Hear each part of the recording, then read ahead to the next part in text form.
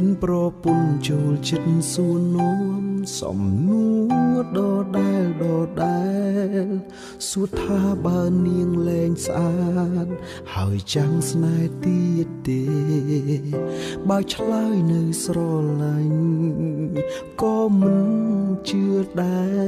របើឆ្លើយថាអត់នឹងមិនរកបាយទឹកមានប្រពន្ធមានអ្វីមិនល្អមិនគួរឲ្យនាងខូចចិត្តគេថាគូជីវិតធ្វើបនរាប់ជាតិទៅជួបហើយអ្វីដែលសំខាន់គឺស្រីម្នាក់គត់ស្រឡាញ់បងខ្លាំងបំផុតជីវិតខ្លួនឯងសឹងមិនខ្វល់ទួងថ្ងៃក្រោយអូនប្រែជាអ្វីក៏ប្តីនៅស្រឡាញ់ស្ងួនក្តីសុខរបស់បងឃើញអូនមានសុភមង្គលសេរីភាពឡើងសំខាន់មានប្រពន្ធដូចនិមលព្រោះគ្រប់ពេលបងយល់តែភាពកង់ក្ដៅពីមាសមេអូនគឺជាមនុស្សម្នាក់សំខាន់ជាងគេក្នុងជីវិតបងមិនមែនល្អតែបំបងឬស្មោះមួយខានណាក់ពេល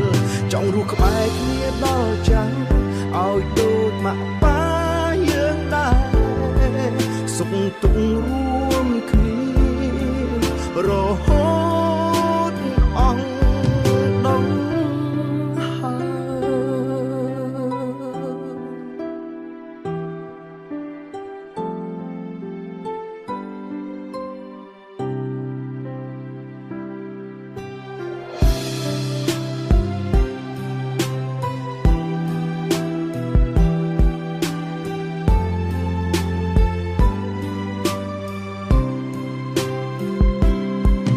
សំឡាញ់ចាំពីពួកយើងចូលចិត្ត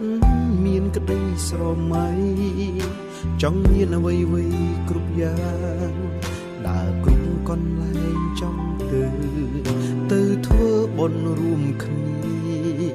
ពេលចាំមានចៅបងនឹងតែគេងកាយភ្លើទួងត្រូវគេហៅថាតាយាយ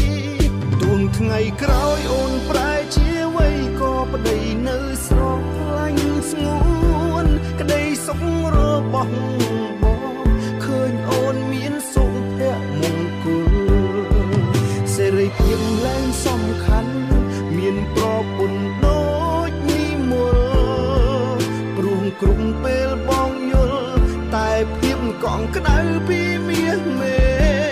អូនគឺជាមនុស្សម្នាក់សំខាន់ជាងគេក្នុងជីវិតប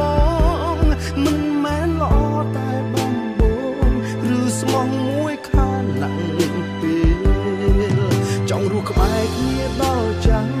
ឲ្យដូចម៉ាក់ប៉ាយើងដែរសុខទុក្ខរួមគ្នារហូតអស់ដង